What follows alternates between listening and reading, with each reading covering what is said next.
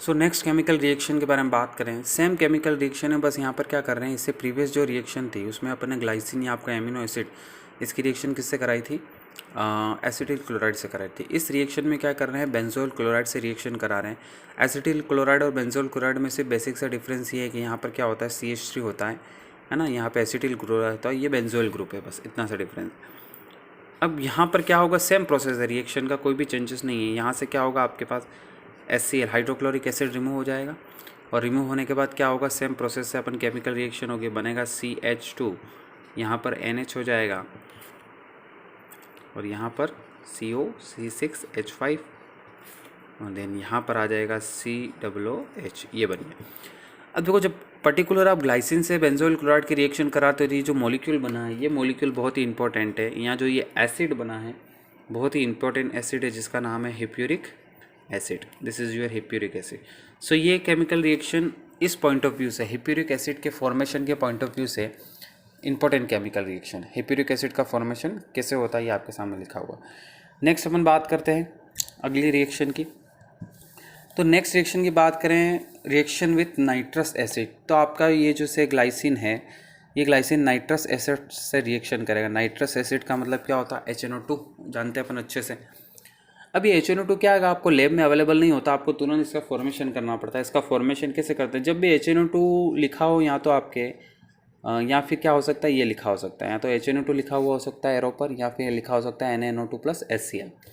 ठीक है, क्योंकि HNO2 को का फॉर्मेशन करने के लिए अपन किसका यूज़ करते हैं, NaNO2 का और HCl का यूज़ करते हैं।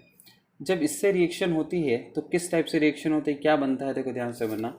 यहाँ पर आपके कंपाउंड बनेगा C2CH2COOH, और यहाँ पर बन जाएगा OH, आ जाएगा एल्कोहल। यहाँ पर नाइट्रोजन गैस रिलीज़ होगी, और यहाँ पर आपकी H2O का भी फॉर्मेशन होगा। देखो, मैं अगर यहाँ पर ये रिएक्शन कौन से ग्रुप की है, आपके अमाइन ग्रुप की रिएक्शन, इसको समझना हो तो ये वो रिएक्शन बहुत इजी है, ज़्यादा टफ नहीं है। मतलब आपने एक बात यहाँ पे पढ़ी है, जैसे कि मैं इसको थोड़ा सा आपको ले जाऊँ, जैसे 12th क्लास में अपन ने पढ़ रखा है कि आपके पास प्राइमरी एमीन होता है। जैसे ये रहा प्राइमरी एमाइन। ये जो प्राइमरी अमाइन होता है, जब इसकी रिएक्शन आप नाइट्रस एसिड से कराते हो, अब देखो मैं नाइट्रस एसिड का यहाँ पर स्ट्रक्चर बना रहा हूँ, ठीक है ना। नाइट्रस एसिड का लुईस डॉट स्ट्रक्चर का फॉर्मेशन कर रहा हूँ। ये नाइट्रस एसिड का लुईस डॉट स्ट्रक्चर है, ये रहा। तो अपन सिंपल वे में कैसे समझते हैं, देखो एक इस टाइप की जो केमिकल रिएक्शन है उसमें आप 2-3 तरह के कॉन्सेप्ट अप्लाई कर सकते हो। पहली बात तो, जिस भी केमिकल रिएक्शन में आपको नाइट्रोजन रिमूव होने की पॉसिबिलिटी लगे, उस केमिकल रिएक्शन में मैक्सिमम टाइम क्या होता है, नाइट्रोजन रिमूव हो जाता है। यहाँ से होता क्या है, ये नाइट्रोजन आपस में बॉन्ड बनाएगा, क्या निकल जाएगा, नाइट्रोजन गैस रिमूव हो जाएगी। सबसे पहला इसमें जो मॉलिक्यूल बनता है वो क्या होता है, नाइट्रोजन गैस रिलीज होती है।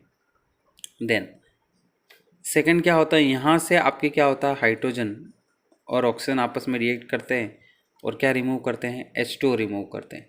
देखो, आपको थोड़ा सा ये समझना है कि नाइट्रोजन एक बहुत ही स्टेबल मॉलिक्यूल है इन्वायरमेंट में, है ना, one of the most stable molecule in atmosphere. क्योंकि आपको पता है कि एटमॉस्फेयर का 78% जो पोर्शन है, या 78% उसमें कौन से गैस है, नाइट्रोजन गैस है। तो नाइट्रोजन एक बहुत ही स्टेबल मॉलिक्यूल है, इसलिए नाइट्रोजन इतना एक्सेस अमाउंट में मिलेगा आपको एटमॉस्फेयर में। देन उसी तरह से जो H2O है वो भी एक बहुत ही स्टेबल मॉलिक्यूल है, इसलिए अर्थ पर बहुत अमाउंट में, बहुत एक्सेस अमाउंट में, बहुत सफिशिएंट अमाउंट में आपको H2O मिलता है, क्योंकि स्टेबल मॉलिक्यूल। अब यहाँ पर ये दो मॉलिक्यूल, एक तो है आपके पास अमाइन का मॉलिक्यूल, एक है नाइट्रस एसिड का मॉलिक्यूल। इस नाइट्रस एसिड और अमाइन के मॉलिक्यूल की रिएक्शन में हो क्या रहा है कि एक H2O बनने की पॉसिबिलिटी भी है, और एक आपके नाइट्रोजन बनने की पॉसिबिलिटी, नाइट्रोजन गैस बनने की पॉसिबिलिटी है। सो यहाँ पर होता क्या है कि नाइट्रोजन गैस रिलीज हो जाती है, H2O बन जाता है। मतलब एक तो है कि आप इसको पूरा मैकेनिज्म से समझे अपन, है ना, और एक है कि थोड़ा याद करने के लिए या थोड़ी कॉन्सेप्ट को अपने क्लियर करने के लिए अपन छोटी सी चीज़ों को याद रखें, या छोटी मोटी ये जो की पॉइंट है उनको अपन ध्यान में रखें। और आपको सिर्फ ये इस केमिकल रिएक्शन में नहीं, सब में मिलेगा। आपको पता है, आप देखोगे ऑर्गेनिक केमिस्ट्री के अंदर, मतलब बहुत, आप जितने भी केमिकल रिएक्शन पढ़ते हो अगर उसमें अपन ध्यान से गौर करें तो बहुत सारी केमिकल रिएक्शन ऐसी है जिसमें H2O रिमूव होता है। और कहीं कुछ ऐसी केमिकल रिएक्शन है जहाँ नाइट्रोजन की केमिकल रिएक्शंस होती हैं, जहाँ पर नाइट्रोजन गैस N2 बनने की पॉसिबिलिटी हो, मतलब 2 नाइट्रोजन कंबाइंडिंग की कंडीशन में हो, तो वहाँ से नाइट्रोजन गैस रिमूव हो जाती है। तो ये ऑर्गेनिक केमिस्ट्री के अंदर खासकर जो रिएक्शन वाला पोर्शन होता है, इसमें ऐसे कुछ छोटे मोटे की पॉइंट होते हैं। अगर ये अपन को याद हो तो अपना काम थोड़ा ईजी हो जाता है। तो यहाँ से नाइट्रोजन रिमूव बचा, क्या R बचा और OH बचा, तो बस क्या बनता है, अल्कोहल का फॉर्मेशन होता है। किसका फॉर्मेशन होता है, अल्कोहल का। अब ये तो बेसिक सी रिएक्शन मैंने बताई आपको 12th क्लास की। उसी रिएक्शन को यहाँ पर अपन अप्लाई कर रहे हैं एमिनो एसिड्स के केस में, क्योंकि एमिनो एसिड्स के केस में आपके पास इसमें COOH ग्रुप है, पर अभी अपन किसकी बात कर रहे हैं, अमाइन की रिएक्शन की बात करें। सेम प्रोसेस है यहाँ पर। अगर मैं यहाँ से नाइट्रस एसिड का से अलग से लिख देता हूँ आपके सामने, जैसे ये मान लो कि OH है, ये नाइट्रस एसिड का है, तो सिमिलर हो रहा है। यहाँ से क्या हो रहा है, ये नाइट्रोजन दिख रहा है आपको अमाइन का, ये नाइट्रोजन आपस में कंबाइंड होकर क्या नाइट्रोजन गैस रिलीज कर रहे हैं।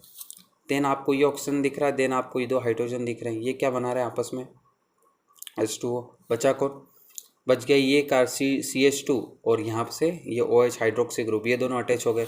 तो इस टाइप का कंपाउंड का फॉर्मेशन है। ये जो कंपाउंड है आपके क्या है, ये हाइड्रोक्सी एसिटिक एसिड है ये आपके, है ना। आप इसको यूँ कह सकते हो कि ये आपके hydroxy substituent acetic acid molecule है, या इसको जनरली आप बोल सकते हो क्या, this is your hydroxy acetic acid का ये मॉलिक्यूल, ठीक है। तो आई थिंक आपको ये क्लियर हो गया होगा। सो ये आपकी क्या होगी, केमिकल रिएक्शन। अपन ने 3 केमिकल रिएक्शन के बारे में यहाँ पे डिस्कस कर लिया, 4 कर लिए, ये 4th केमिकल रिएक्शन थी। अब यहाँ पर अपन नेक्स्ट केमिकल रिएक्शन के बारे में डिस्कस करते हैं। और नेक्स्ट आपकी केमिकल रिएक्शन है जो आपने 12th क्लास में भी अच्छे से पढ़ रखी है, ये है आपके पास कार्बिल एमीन रिएक्शन। देखो कार्बिल एमीन रिएक्शन डेफिनेटली किसकी रिएक्शन है, एमीन की रिएक्शन है ना। प्राइमरी एमीन्स जो होते हैं ये उनकी रिएक्शन होती है कार्बिल एमीन रिएक्शन। और यहाँ पे अपने पास जो एमिनो एसिड्स हैं उसमें कौन सा ग्रुप मिलेगा आपको, एमीन ग्रुप मिलेगा। तो इसका मतलब है कि कहीं ना कहीं आपका जो एमिनो एसिड है वो भी कार्बिल एमीन रिएक्शन शो कर सकता है। होता क्या है कार्बिल एमीन रिएक्शन में, कार्बिल रिएक्शन में क्या होता है, with alkaline chloroform it gives an isocyanide compound.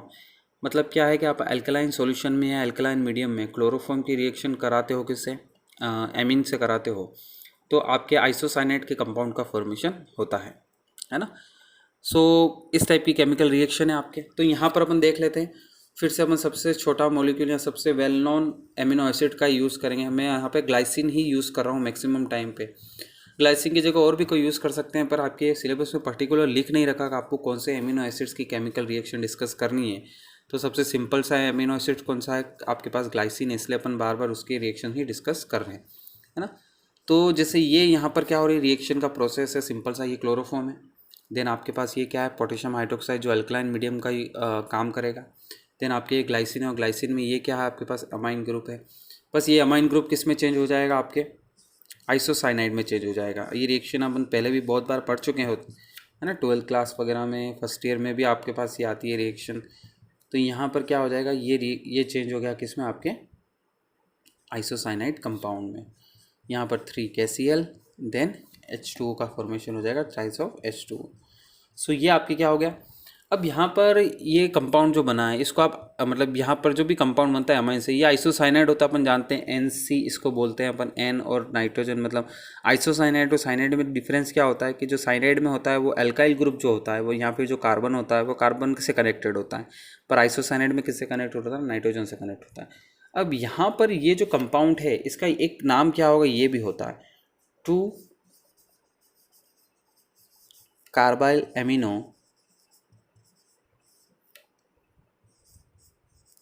Ethanoic acid, ये इसका आयुपेक नेम है ये आइसोसाइनाइड डेफिनेटली, है ना। ये कौन सा है आपके पास, आइसोसाइनाइड का मॉलिक्यूल है, पर इस तरह की जो बॉन्डिंग होती है ना उसको कार्बिल एमीन बॉन्डिंग भी बोलते हैं अपन, है ना, कार्बाइल एमीन भी बोलते हैं। इसलिए यहाँ पे क्या है, कार्बाइल एमिनो इथेनोइक एसिड इसका नाम है, इसलिए रिएक्शन का नाम क्या है, कार्बिल एमीन रिएक्शन है। मतलब सिंपल सी बात है कि यहाँ पर ये आपको जो ये इस तरह का जो स्ट्रक्चर या इस तरह की जो बॉन्डिंग दिख रही है ना, इसको अपन क्या बोलते हैं, कार्बिल एमीन, है ना, इसको किसकी फॉर्म में कंसिडर किया जाता है, कार्बिल एमीन की फॉर्म में, इसलिए इस रिएक्शन का नाम भी क्या है, कार्बिल एमीन रिएक्शन है। तो आई थिंक आपको क्लियर हो गया होगा। नेक्स्ट वन बात करते हैं यहाँ पर। सो ये आपके बहुत ही इंपॉर्टेंट केमिकल रिएक्शंस के बारे में कुछ अपन ने डिस्कस किया है, जिसमें किसकी इन्वॉल्वमेंट थी, आपके एमीन की इन्वॉल्वमेंट थी। सो नेक्स्ट केमिकल रिएक्शन की बात करते हैं। यहाँ पर नेक्स्ट रिएक्शन है आपके रिएक्शन विथ हैवी मेटल्स।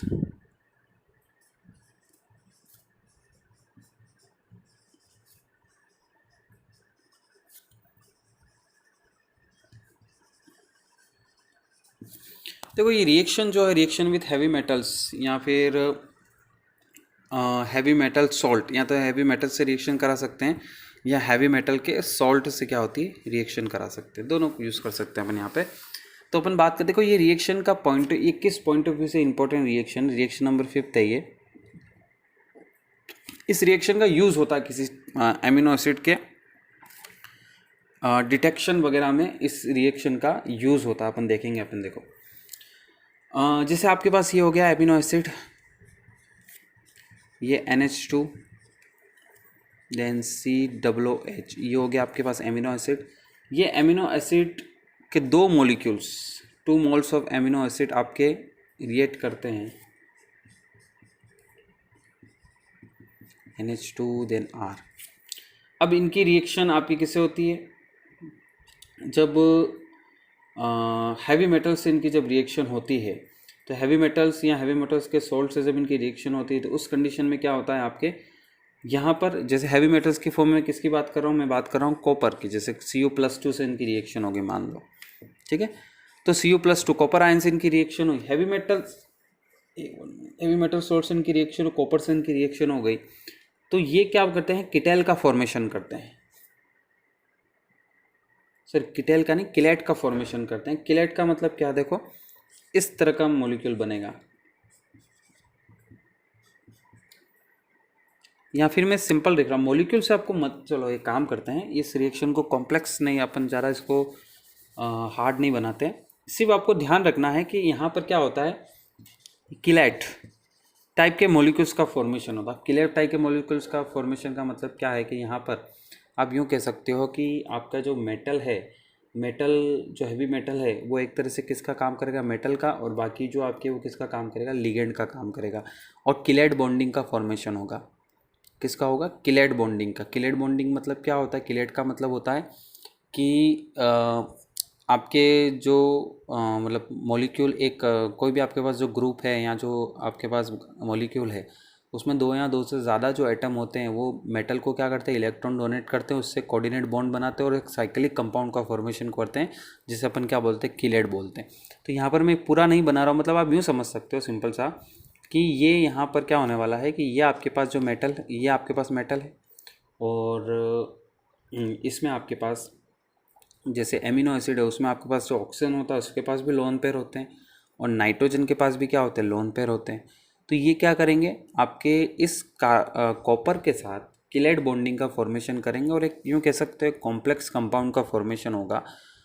अब ये जो कॉम्प्लेक्स कंपाउंड का जो फॉर्मेशन हुआ है, आपको पता है जो कॉम्प्लेक्स कंपाउंड होते हैं या जो कोऑर्डिनेटेड कंपाउंड होते हैं, ये कलरफुल होते हैं, है ना, मतलब एक कलरफुल कंपाउंड होते हैं। जैसे अपन नाइट्रोजन टेस्ट करते हैं, तो नाइट्रोजन टेस्ट में कौन सा पर्शियन ब्लू कलर आता है, तो पर्शियन जो ब्लू कलर है वो किसकी वजह से आता है, फेरिक फेरोसाइनाइड के कॉम्प्लेक्स कंपाउंड की वजह से। तो यहाँ पर भी क्या होगा, जब आपके एमिनो एसिड्स हैवी मेटल से रिएक्शन करेंगे तो किलेट बॉन्डिंग से या किलेट टाइप के मॉलिक्यूल या किलेट मॉलिक्यूल का फॉर्मेशन करेंगे, जो कि कोऑर्डिनेटेड या कॉम्प्लेक्स मॉलिक्यूल्स होते हैं, ठीक है।